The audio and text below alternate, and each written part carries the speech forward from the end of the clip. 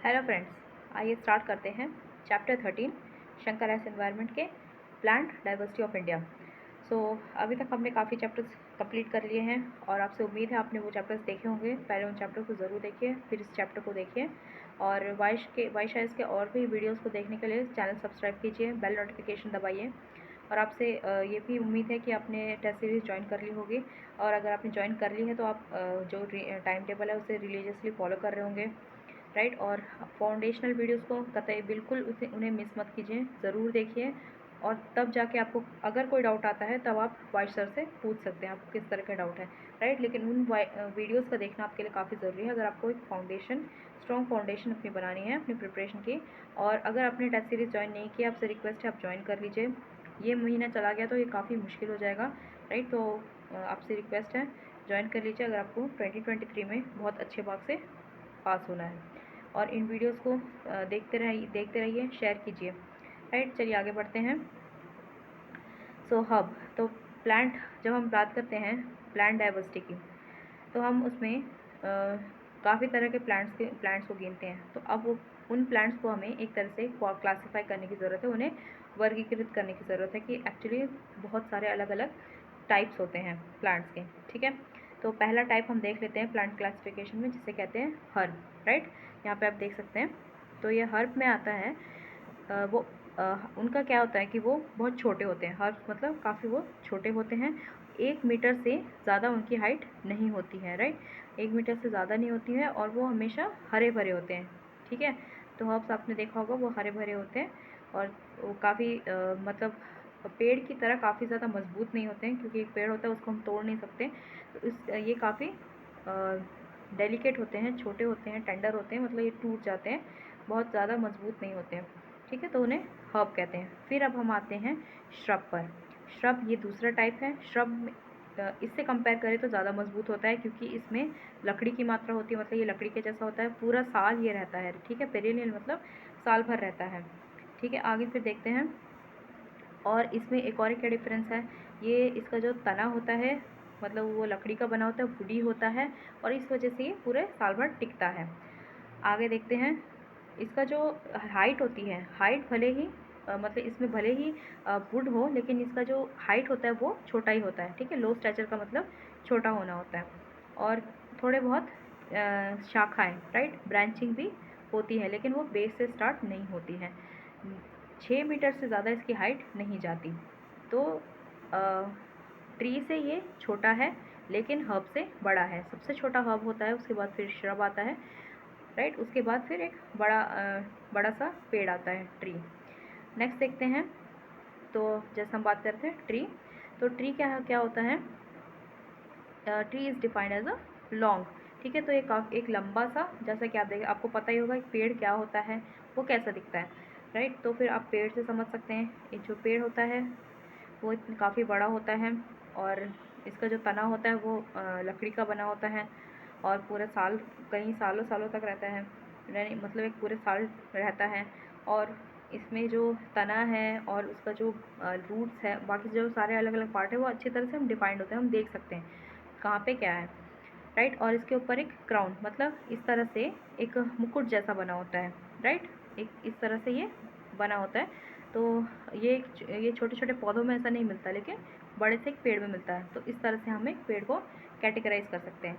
अब हम आते हैं पैरासाइट्स पे। तो पिछले कई चैप्टर्स में मैंने parasites, mode of nutrition, type of competition, interaction, ये सब में मैंने समझा रखा है आपको, ठीक है। तो इसमें नया कुछ नहीं है जानने का, पैरासाइट्स क्या होते हैं।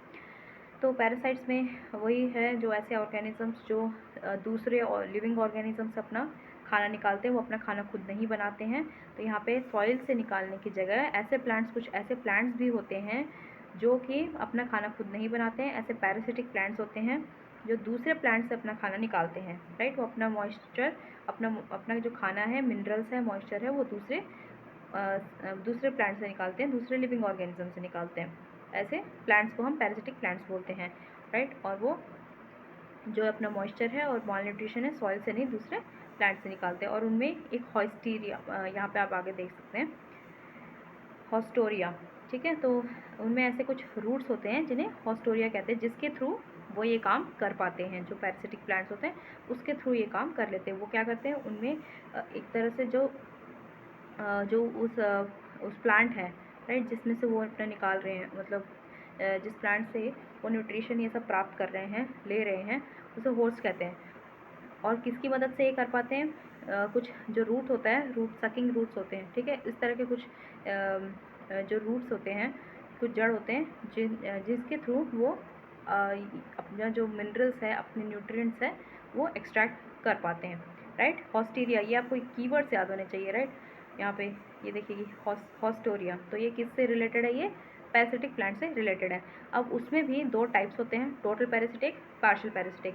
टोटल का आपको समझ में आ रहा है, जो पूरी तरह से अपना न्यूट्रिशन दूसरे प्लांट के भरोसे ही निकालता है, उसी से पूरा निकालता है। जो होस्ट प्लांट होता है उसी से अपना न्यूट्रिशन प्राप्त करता है। लेकिन जो पार्शियल होता है वो जस्ट एक पार्ट, अपने न्यूट्रिशन का जस्ट एक पार्ट ही ड्रॉ करता है, राइट, दूसरे होस्ट प्लांट से लेता है। आगे बढ़ते हैं, एपीफाइट्स। अब जब भी आपने एवरग्रीन फॉरेस्ट पढ़ा होगा, ट्रॉपिकल फॉरेस्ट पढ़ा होगा, ट्रॉपिकल एवरग्रीन फॉरेस्ट, आपने एपीफाइट्स के बारे में ज़रूर पढ़ा होगा। अगर नहीं पढ़ा तो बहुत ख़राब बात है, आपकी प्रिपरेशन में कमी है, ठीक है। तो अब हम देखते हैं एपीफाइट्स क्या होते हैं। तो ऐसे जो प्लांट्स जो होस्ट प्लांट है, होस्ट तब आपको समझ में आ गया कि जब जिस प्लांट की हम बात कर रहे हैं वो किसी और प्लांट में जब रहता है तो उसे हम होस्ट कहते हैं, राइट। जैसे अब यहाँ पे देख लीजिए, इसे एक एपीफाइट कहेंगे। ये एक अपने में एक पौधा है, लेकिन ये दूसरे किसी पेड़ पर लगा हुआ है, तो इस पेड़ को जिसमें ये लगा हुआ है उसे हम होस्ट कहेंगे, और ये एक अलग ही प्लांट है जो कि इसमें ये उग रहा है, राइट। तो एपीफाइट्स क्या होते हैं, दूसरे होस्ट प्लांट में उगते हैं और वहाँ से अपना न्यूट्रिशन लेते हैं, राइट, उस तरह से अपना खाना वहाँ से लेते हैं।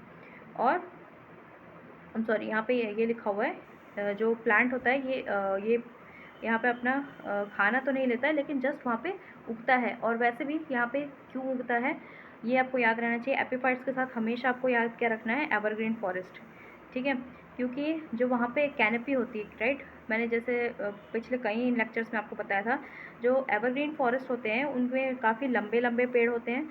उस वजह से क्या होता है, उनकी जो कैनपी है, कैनपी की वजह से जो छोटे प्लांट्स हैं वहाँ तक सनलाइट नहीं पहुँच पाती है। तो उस सनलाइट को प्राप्त करने के लिए, उस सनलाइट के लिए क्योंकि इन्हें भी फोटोसिंथेसिस करना है, राइट, ये पैरासिटिक प्लांट्स नहीं, इसलिए इन्हें अपना खाना खुद बनाना पड़ता है। तो उस सनलाइट के लिए ये क्या करते हैं, जो बड़े बड़े पेड़ हैं उसमें जाके उगना शुरू हो जाते हैं ताकि अपना खाना खुद बना सके। इसलिए वो उसमें से दूसरे जो होस्ट प्लांट्स से अपना खाना ड्रॉ नहीं करते हैं, बल्कि खुद फोटोसिंथेसाइज करते हैं। जस्ट उन्हें बस एक शेल्टर चाहिए, राइट, ताकि वो सनलाइट ले सकें और फोटोसिंथेसिस कर सकें। अब हम देखते हैं, तो यहाँ पे ये क्या है, यहाँ पे क्या लिखा हुआ है कि एक्सेस, उन्हें लाइट का एक्सेस चाहिए, इसलिए वो होस्ट के पास जाते हैं, होस्ट प्लांट की वो मदद लेते हैं। अब इन्हीं में कुछ टाइप्स होते हैं, जैसे कि क्लाइंबर्स, कुछ ऐसे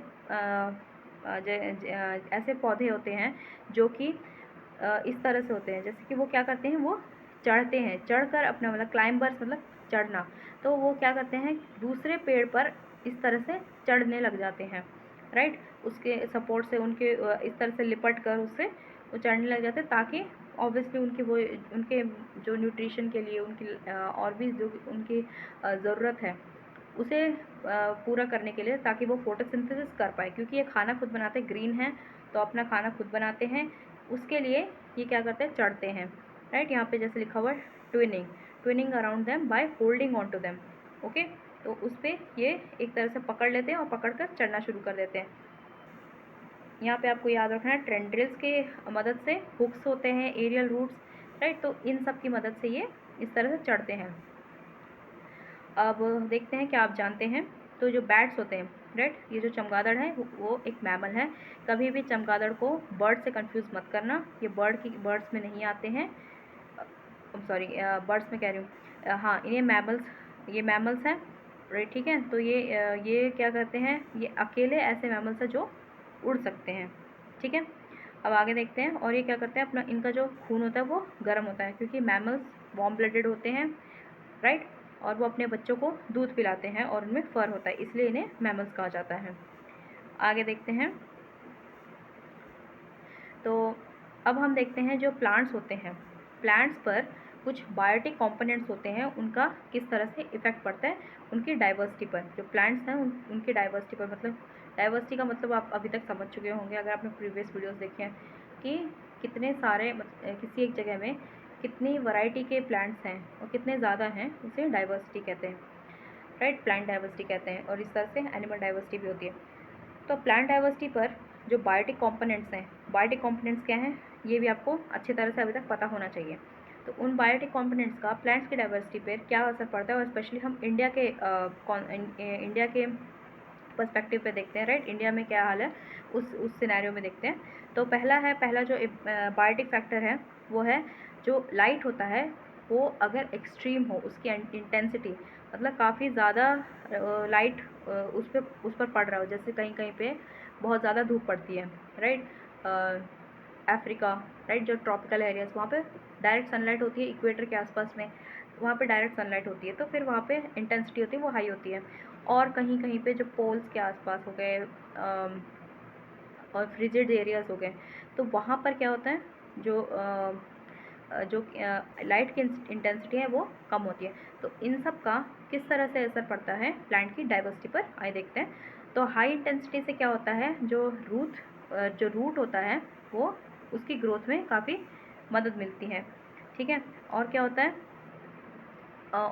इससे जो ट्रांसपिरेशन है, राइट, वो सब बढ़ने लग जाता है। लेकिन जो उसकी स्टेम होती है वो शॉर्ट होती है और उसके जो लीव्स होते हैं वो थिक होते हैं। तो आपने देखा होगा जो इक्वेटर के पास एरियाज़ होते हैं, ट्रॉपिकल एरिया, वहाँ के जो लीव्स होते हैं वो काफ़ी ब्रॉड होते हैं, बड़े बड़े होते हैं, क्योंकि वहाँ पर ट्रांसपिरेशन ज़्यादा होता है, राइट।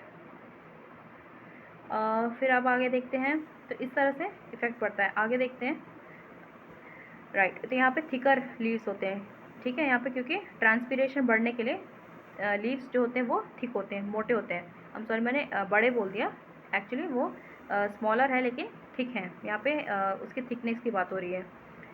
फिर अब देखते हैं लो इंटेंसिटी का, जो लाइट है उस पर लाइट की इंटेंसिटी अगर कम है तो उस पर क्या असर पड़ता है। तो ये जो लाइट की इंटेंसिटी अगर कम होती है तो उससे ग्रोथ होती है वो कम हो जाती है। तो हमने देखा होगा जहाँ पे ठीक से लाइट मतलब सनलाइट नहीं पहुँचती है तो वहाँ पे वेजिटेशन है वो काफ़ी कम हो जाती है। वनस्पति वहाँ पे पेड़ उतने नहीं उगते हैं, पौधे वहाँ पे नहीं उगते।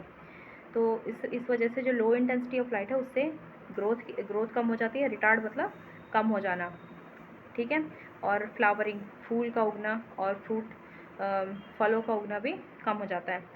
अगर लेस इंटेंसिटी हो, काफ़ी कम इंटेंसिटी हो, लाइट काफ़ी कम आ रही है, तो फिर उससे क्या होता है, प्लांट जो होता है वो मर जाता है, क्योंकि वहाँ पर कार्बन डाइऑक्साइड ज़्यादा हो जाता है और जिसकी वजह से प्लांट मर जाता है।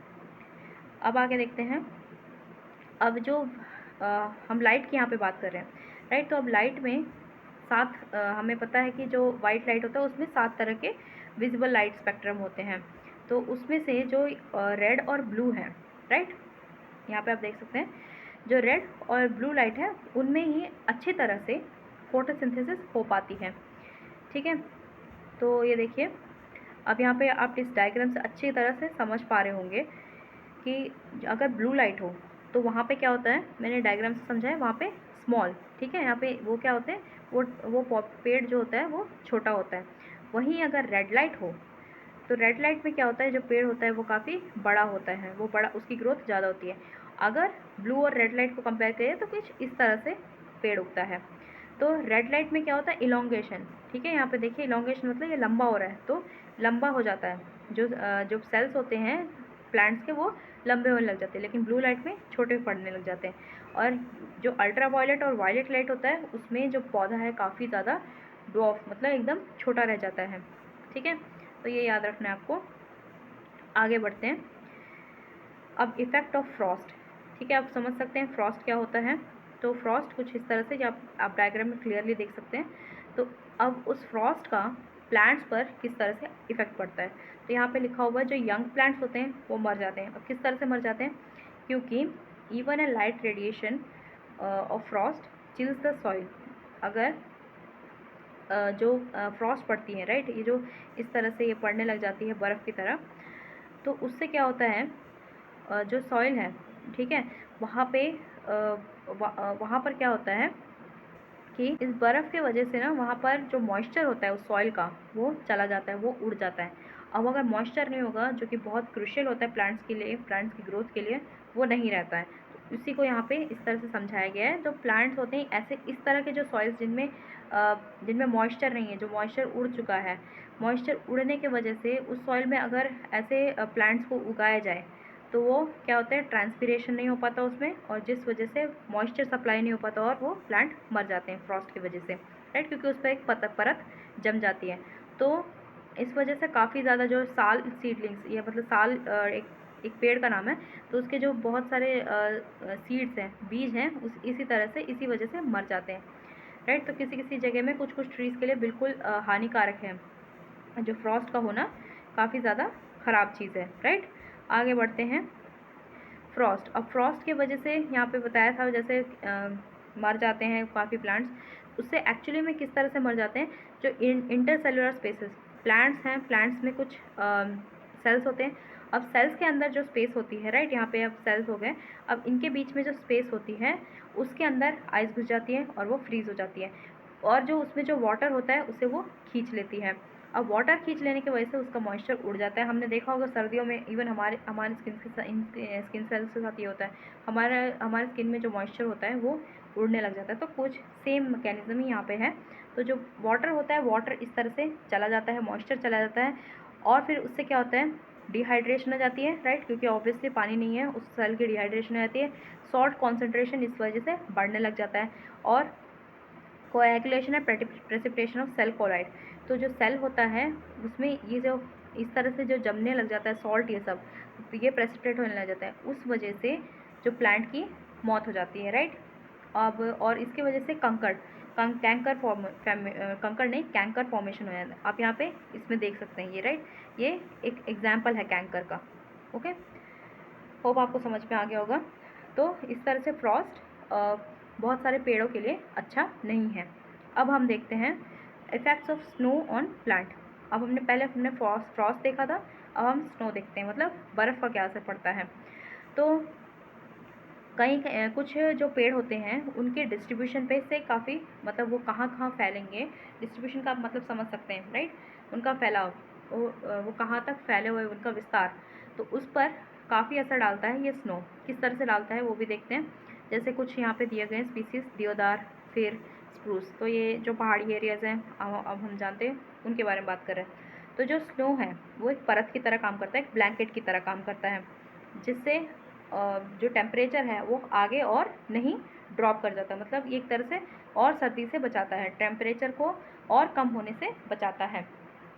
और क्या होता है, जो सीडलिंग्स हैं, मतलब जो छोटे छोटे बीज हैं, राइट, उन्हें सीडलिंग्स कहते हैं, तो उन्हें भी, उन सीडलिंग्स को ये और ज़्यादा ठंडी से, राइट, एक्सेसिव कोल्ड से, इतना मतलब एक्सेसिव मतलब इतना ज़्यादा अगर वहाँ पे सर्दी पड़ने लग जाए कि वो बर्दाश्त ना कर सकें, तो उससे और फ्रॉस्ट से बचाता है, राइट। अगर ज़्यादा ठंडी पड़ गई तो वहाँ पे फ्रॉस्ट हो जाएगी, और फ्रॉस्टिंग से हमें पता है मॉइस्चर नहीं रहेगा और वो प्लांट मर जाएगा, तो उससे बचाने में जो स्नो है वो मदद करता है। और क्या करता है, इससे जो मैकेनिकल बेंडिंग, ट्री को जो स्टेम होता है, राइट, जो तना होता है, उसे बेंड करने में भी ये मदद करता है, और जो वेजिटेटिव ग्रोथ होता है उसमें उसका जो पीरियड होता है उसे भी ये कम करता है। ठीक है, अब आगे देखते हैं। अब क्या है, टेम्परेचर का असर। तो effect of temperature on plants, तो किस तरह से जो टेम्परेचर है उसका, तापमान का क्या असर पड़ता है प्लांट्स पर। तो एक्सेसिव हाई टेम्परेचर अगर हो तो उससे क्या होता है, बहुत ज़्यादा गर्मी हो, मतलब बहुत ज़्यादा कहीं पे टेम्परेचर बढ़ गया हो किसी जगह पे, तो उससे प्लांट्स पर क्या असर पड़ेगा। तो जो प्लांट्स होते हैं उनमें जो जो उनके अंदर प्लाज्मा होता है उसमें प्रोटीन्स होता है, तो उसमें जो प्रोटीन्स हैं वो एक तरह से कोएगुलेट, मतलब जम जाते हैं, राइट, और वो प्रेसिपिटेट हो जाते हैं, नीचे कोएगुलेट हो जाते हैं। जैसे कोएगुलेशन जैसे आपने देखा होगा, जो ब्लड होता है, ब्लड एक तरह से जब हमारा खून निकलता है किसी एक जगह से, यहाँ से खून निकल रहा है, और फिर कुछ देर बाद वो इस तरह से एक जम जाता है, और वो डार्क होने लग जाता है, और इस तरह से जम के वो सेटल हो जाता है, तो उसे कोएगुलेशन कहते हैं। इसी तरह से जो प्रोटीन्स हैं वो इस तरह से कोएगुलेट नहीं होना चाहिए, ऐसे जमना नहीं चाहिए, जो कि वहाँ पे हो जाता है। इसलिए बहुत ज़्यादा temperature, high temperature, excessive high temperature अच्छा नहीं है प्लांट्स के लिए, ठीक है। और ये इससे क्या होता है, जो बैलेंस होता है रेस्पिरेशन, फोटोसिंथेसिस, उसका जो बैलेंस होता है वो बिगड़ जाता है अगर टेम्परेचर बहुत ज़्यादा हो। और जो खाना होता है उनके मतलब प्लांट्स के लिए जो खाने की अवेलेबिलिटी होती है वो कम होने लग जाती है। ज़्यादा फंगल और बैक्टीरियल खतरा, बैक्टीरिया का, फंगस का खतरा बढ़ जाता है, उनके चांसेस बढ़ जाते हैं क्योंकि प्लांट हेल्दी नहीं होता, तो उस वजह से ये खतरे आते हैं, राइट। तो ये टेम्परेचर हमेशा कंट्रोल होना चाहिए, जितनी ज़रूरत है उतना होना चाहिए।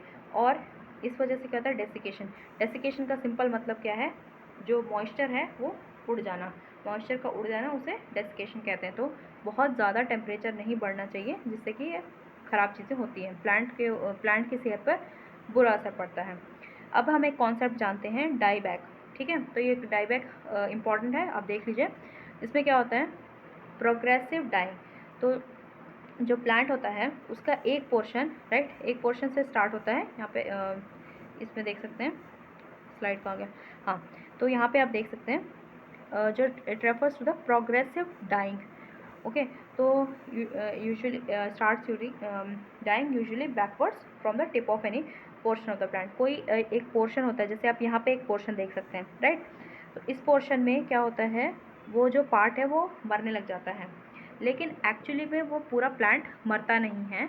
वो क्या है, एक तरह का एडेप्टिव मैकेनिज़्म है, क्योंकि कभी कभी कंडीशंस बहुत हार्श होती हैं, राइट। कभी कभी बहुत ज़्यादा ठंड पड़ती है और कभी कभी बहुत ज़्यादा गर्मी पड़ने लग जाती है। तो हमने हाइबरनेशन के बारे में, ईस्टिवेशन के बारे में हमने देखा था पिछले चैप्टर्स में, क्योंकि वो वो अडेप्टिव मैकेनिज़्म थे। माइग्रेशन भी एक अडेप्टिव मैकेनिज़्म में आता है। तो उसी तरह से डाईबैक प्लांट्स के लिए एक अडेप्टिव मैकेनिज़्म है, ताकि कुछ ऐसे हार्श कंडीशंस को वो झेल सकें। उसके बाद फिर जब कंडीशंस उनके उनके फेवरेबल हो, राइट, जब सही टेम्परेचर हो, तब वो फिर से वो जो प्लांट है वो ज़िंदा हो जाता है।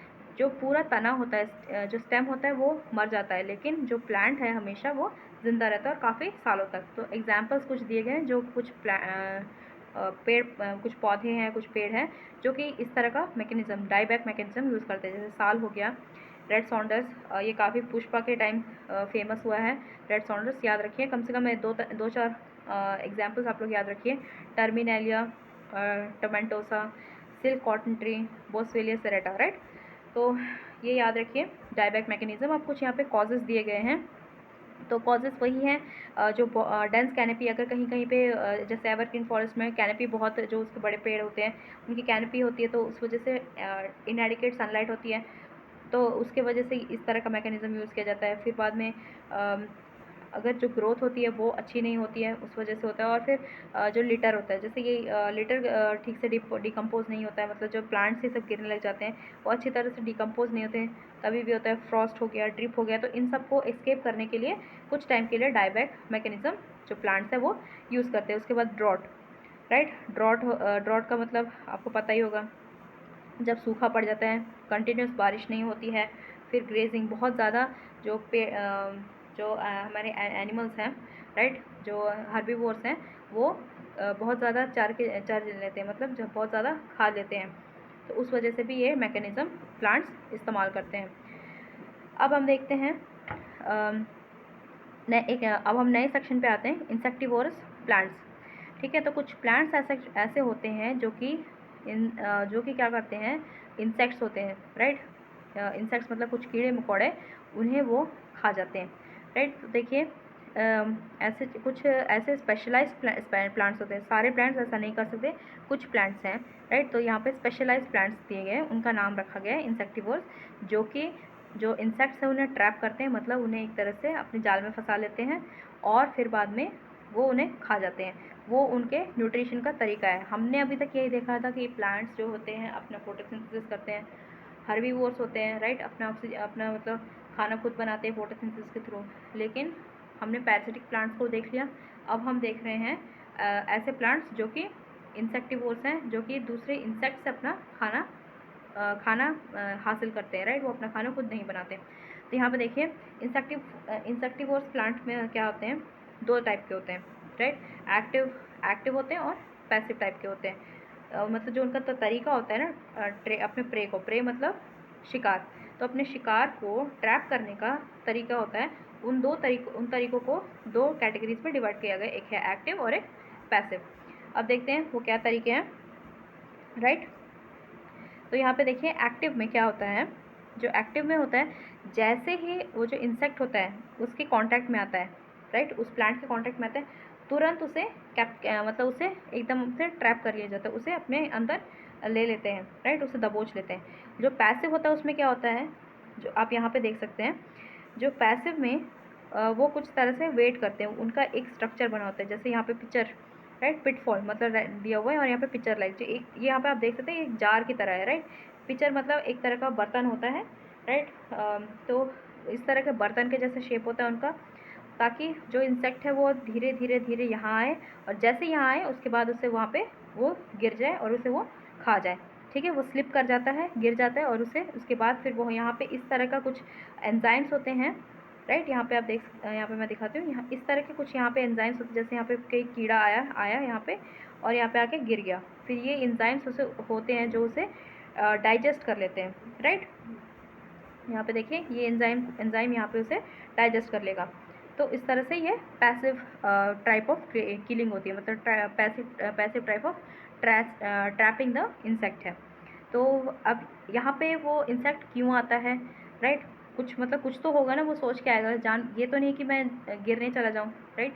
तो यहाँ पे क्या होता है, उनके जो कलर्स होते हैं उसे बहुत अट्रैक्ट करते हैं, जो बहुत वो उनके जो कलर्स होते हैं बहुत अच्छे लगते हैं, राइट, ब्रिलियंट कलर्स होते हैं, और वहाँ पे हनी की तरह, राइट, बहुत स्वीट सा कुछ सेक्रीशंस होता है, जिसके लालच में वो जो इंसेक्ट्स है यहाँ अंदर तक आता है, यहाँ तक आता है और आके फिर मर जाता है, राइट। आगे बढ़ते हैं। यस, तो अब यहाँ पे ये पूछ रहा है कि डिस्पाइट हैविंग नॉर्मल रूट्स, जब इन प्लांट्स के अच्छे खासे अपने रूट्स हैं, फोटोसिंथेसिस करने लायक लीव्स हैं, ठीक है, जब ये अपना खाना खुद बना सकते हैं, तो फिर क्यों ये इस तरह से इंसेक्ट्स को अपने जाल में फांसते हैं और फिर उन्हें मारते हैं, राइट, ये पूछ रहा है। तो फिर इसका देखिए आंसर क्या दिया गया है। तो जो रेन वॉश्ड, जैसे कि इस कुछ ऐसे एरिया में वेटलैंड्स इस ऐसी जगह में पाए जाते हैं, राइट, जहाँ पे जो कंडीशंस है वो एसिडिक कंडीशन में होते हैं, एनाएरोबिक कंडीशन होती है वहाँ पे। अब एनाएरोबिक होगा वहाँ पे फोटोसिंथेसिस करना मुश्किल है, राइट, और फिर वहाँ पे जो ऑर्गेनिक मैटर होता है उनका डिकम्पोजिशन भी ठीक से नहीं हो पाता, राइट। और फिर वो रेन वॉश्ड, वहाँ पे बार बार बारिश गिरती है, तो इसलिए वहाँ पे जो न्यूट्रिएंट्स है वो भी उनका भी सरफेस रन ऑफ हो जाता है, राइट। बार बार अगर बारिश होती रहेगी तो जो न्यूट्रिएंट्स है उस सॉइल के वो ड्रॉ होते जाएंगे, वो मतलब सरफेस रन ऑफ, वो वहाँ से उसी सरफेस से निकलते जाएंगे, तो उस सॉइल में उतने न्यूट्रिएंट्स नहीं रहेंगे। वेट कंडीशंस होते हैं, एसिडिक कंडीशंस होने की वजह से क्या होता है, उन्हें ढंग से फोटोसिंथेसिस नहीं कर पाते, इस वजह से उन्हें इंसेक्टिवोरस प्लांट, मतलब इस तरह से जो इंसेक्ट्स हैं उन्हें मारना पड़ता है और अपना खाना बनाना पड़ता है। आगे देखते हैं। आगे तो फिर देखते हैं, यहाँ पे आया है माइक्रो ऑर्गेनिजम्स। तो कुछ यहाँ पे देखिए, अब यहाँ पे कुछ एग्जाम्पल दिया गया है, जैसे ड्रॉसेरा और सनड्यू, राइट। तो यहाँ पे इसकी फ़ोटो दी गई हुई है, ये भी एक तरह का इंसेक्टिवोरस प्लांट है। तो यहाँ पे क्या होता है, जो वेट इनफर्टाइल सॉइल होता है, जैसे मार्शी प्लेसेस, राइट। अब मार्शी प्लेसेस क्या होते हैं, जहाँ पे जो मीथेन होता है वो बहुत ज़्यादा होता है, तो उसे मार्शी एरिया बोलते हैं, मार्शी प्लेस कहते हैं, राइट। तो फिर वहाँ पे ये जो प्लांट्स हैं पाए जाते हैं, ड्रॉसेरा। अब यहाँ ये किस तरह से इंसेक्ट को, राइट, उस कीड़े मकोड़े को किस तरह से ट्रैप करता है, उसका मैकेनिज्म क्या है यहाँ पे दिया गया। तो यहाँ पे आप देख सकते हैं, यहाँ पे ये देखिए इस तरह से टेंटिकल्स बने हुए हैं, राइट, इन्हें हम टेंटिकल्स कहते हैं। हाँ, तो ये देखिए ये टेंटिकल्स हैं। अब इन टेंटिकल्स में वो कुछ ऐसे स्टिकी फ्लूइड, राइट, कुछ इस तरह के यहाँ पे फ्लूइड्स, ऐसे कुछ तरल पदार्थ बनाते हैं, सेक्रीट करते हैं, छोड़ते हैं, जो कि जो सन है उसमें एक तरह से चमकने लग जाते हैं। अब जिससे ऐसा चमकता है, इतना तो अट्रैक्टिव लगता है, तो जो इंसेक्ट होते हैं वो अट्रैक्ट होकर आ जाते हैं। अब जैसे ही वो इस पर लगते हैं ना, फिर क्या होता है, तो वो इसमें लगते हैं, और फिर बाद में जैसे ही वो यहाँ पे इस पर गिरते हैं, यहाँ पे जो इसके सरफेस है, इन टेंटिकल्स के सरफेस में जाके गिरते हैं, फिर इससे वो चिपक जाते हैं।